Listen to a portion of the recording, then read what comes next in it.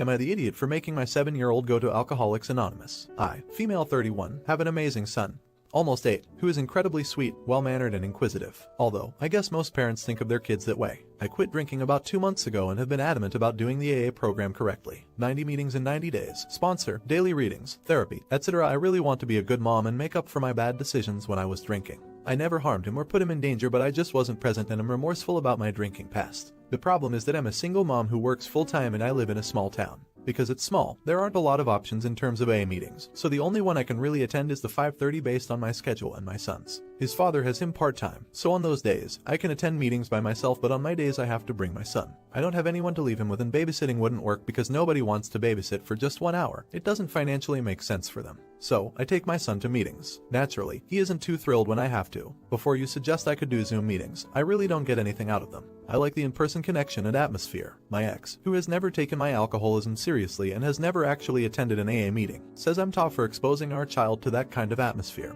and those kinds of people. The truth is, those people are what have saved my life. They are so sweet and good with my son, and while sometimes the subject matter can be a little adultish, we mostly talk about how to be better people and live a spiritually sound existence, and to help our fellow man. I personally think it's good for my son to be surrounded by people that are trying to better themselves, and also to let him know at an early age the effects of alcoholism as it runs in my family. But maybe I'm tall and way off the mark and I'm doing more damage than good. I would just like outside opinions that aren't emotionally connected to the situation. Am I an idiot for taking my 7-year-old to AA meetings with some of the topics that are addressed? Edit. I super appreciate everyone's responses. It gave me a lot of insight. Admittedly, I didn't really think about how other members may feel about having a child there. I was mostly thinking about the comfort of my son. I will say that the group is all old-timers that have years of sobriety and largely just talk about service work and how much better their lives are. But, as many have pointed out, the presence of a child may deter members from talking about serious subjects, so I'll either just give my kid headphones and a tablet to play with, something I usually hate doing, but I guess I'll just have to suck it up, or do Zoom meetings when I have him. Again, thank you for all of the input, even the people that were incredibly harsh with their verdict. You're an idiot. I hate to say it because you are doing well, especially wanting to attend all the meetings. But taking your child to the meetings is not only unfair to him, it is unfair to the other people in the meeting.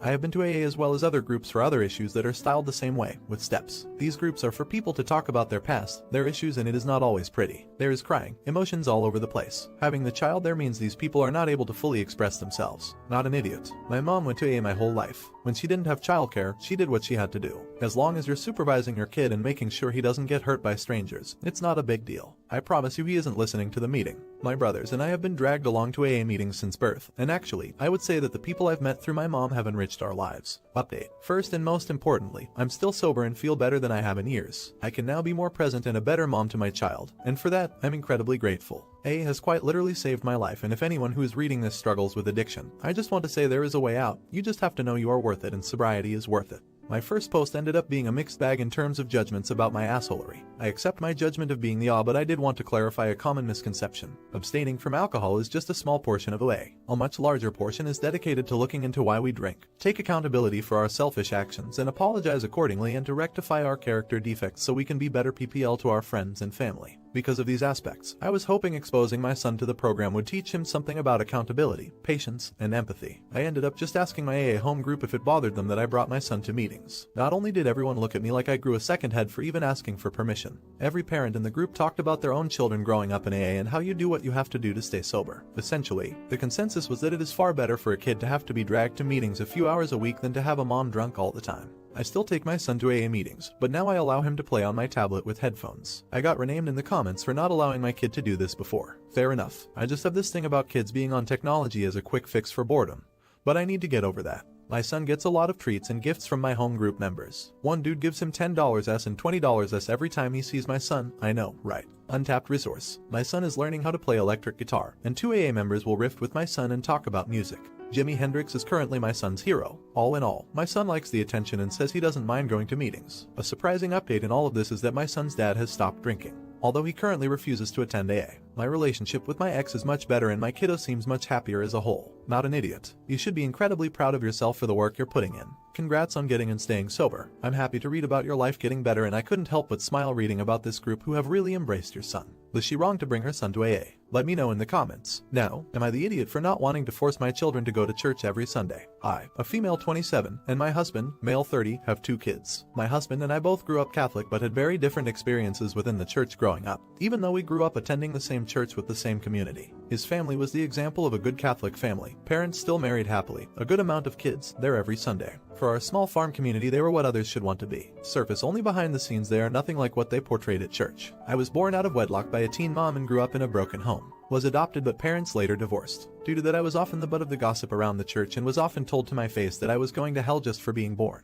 But my mom still forced me to go every week, Wednesday and Sunday, even though at a young age it led to me coming home crying. She forced me to volunteer and participate in numerous activities to try and prove my worth. I have zero issues with my faith. I still believe in the Catholic religion. My issue is with the church itself. I pray regularly, occasionally listen to Mass, but I don't feel like I need to show my face in the building to be whole and complete in my faith. Recently, my husband's best friend, male 29, got very into religion again after years of nothing. My husband was very proud of him for finding that piece that he, best friend, said was missing. This has also caused my husband to get more involved again, which I don't mind. But now my husband wants us to become that picture-perfect Catholic family by attending every week on our Sunday best, no ifs, ands, or buts. I talked to him and he says he understands my feelings to a point, but he only knew love and praise from the church, so, to his own admission, only somewhat understands, and says we can't shelter our children from God just because I felt abandoned by the community growing up. We still live in the same area we grew up in. I am not trying to keep my kids from God. I plan to teach them, pray with them, etc., but he doesn't think it's enough. Am I an idiot? Not an idiot. Let the kids decide if they want to partake in that religion when they are old enough to make that decision on their own.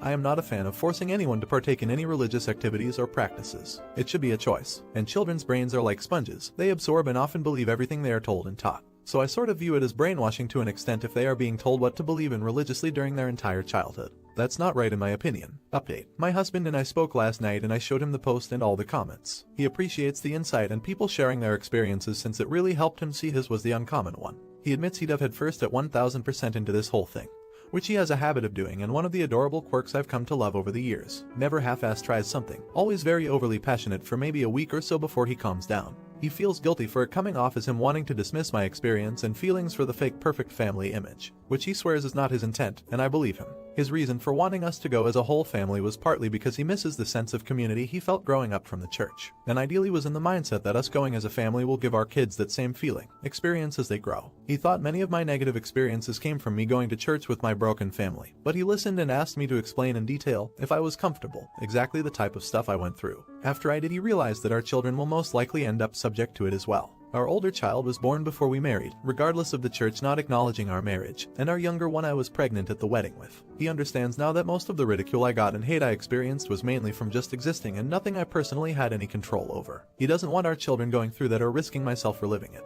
He still wants to get back into it because he truly feels like he's missing something in his life and thinks this may be it since it was a huge part of his life for a long time, which I fully support. But he plans to start by just watching Mass online for a bit. He even spoke to his best friend about all of this, and his friend reiterated that believing and following the faith does not mean you need to physically go to the building. He also quoted Big Bang Theory as someone in the comments on the original post did. As for the children, as they get older we plan to explain our beliefs to them as well as others out there. But as they grow, if they decide it's not for them either at all, or find one they believe fits them better than mine and my husband's, we will support them because being a parent means loving your children as they are, not as you try and make them be. They will be taught to be kind and show love, but not because the church says so, because it's what good people do, religious or not. No idiots here. Love that he's hearing you and considering your children. I am a recovering Catholic, and I know that sense of missing community. It's not a real community if they aren't loving and accepting of you. Why don't you see if there is some mutual aid or organization you can join? A sense of community and doing good works would be excellent for the children too. Should they join the church? Let me know in the comments. Now, am I the idiot for telling my parents they no longer have a daughter? I, female, 16, have a brother, 14. He has always been a little more feminine, which has never been a big problem.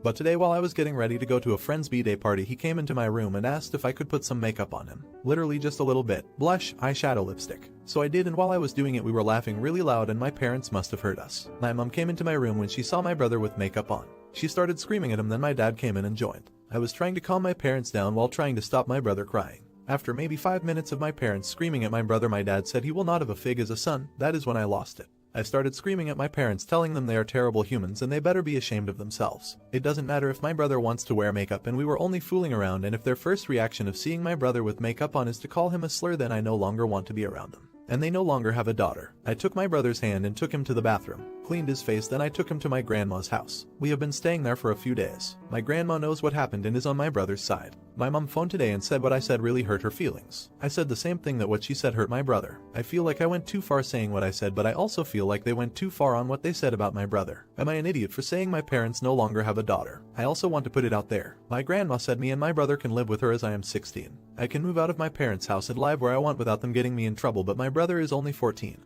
And has 2 years left, give or take, till he can move out, so I'm a bit scared they will force my brother to move back in with them. I know if they do, they will only make him feel worse. Not an idiot. Like others have said, awesome humans. Your brother may or may not be gender diverse or non-heterosexual and now knows you have his back for sure. If your parents apologize to both of you and get rid of their homophobia, maybe relationships can be mended. If not, they brought it on themselves. Update 1. It's been about a week since I made this post, and I wanted to say thank you all for the support and the advice too. Me and my sibling are still with my granny. She said she is happy to take care of us and that she loves having her grandchildren staying with her 3. My dad hasn't texted, called me or my sibling, but my mom has. She called me and told my sibling to grow up and man up. That what my dad called him is just a word, which pissed me off, so I hung up and I've been ignoring their messages. My mom messaged me one last time saying that we have 2 weeks to come home or she will call the police and stop us from seeing my granny, so my gran has got a lawyer, my second cousin, and is ready to fight for custody. She will probably win. My dad is a lousy excuse of a parent while my mom is a mini alcoholic. The family members who know what is happening are on my granny's side. I will update if anything happens with this situation.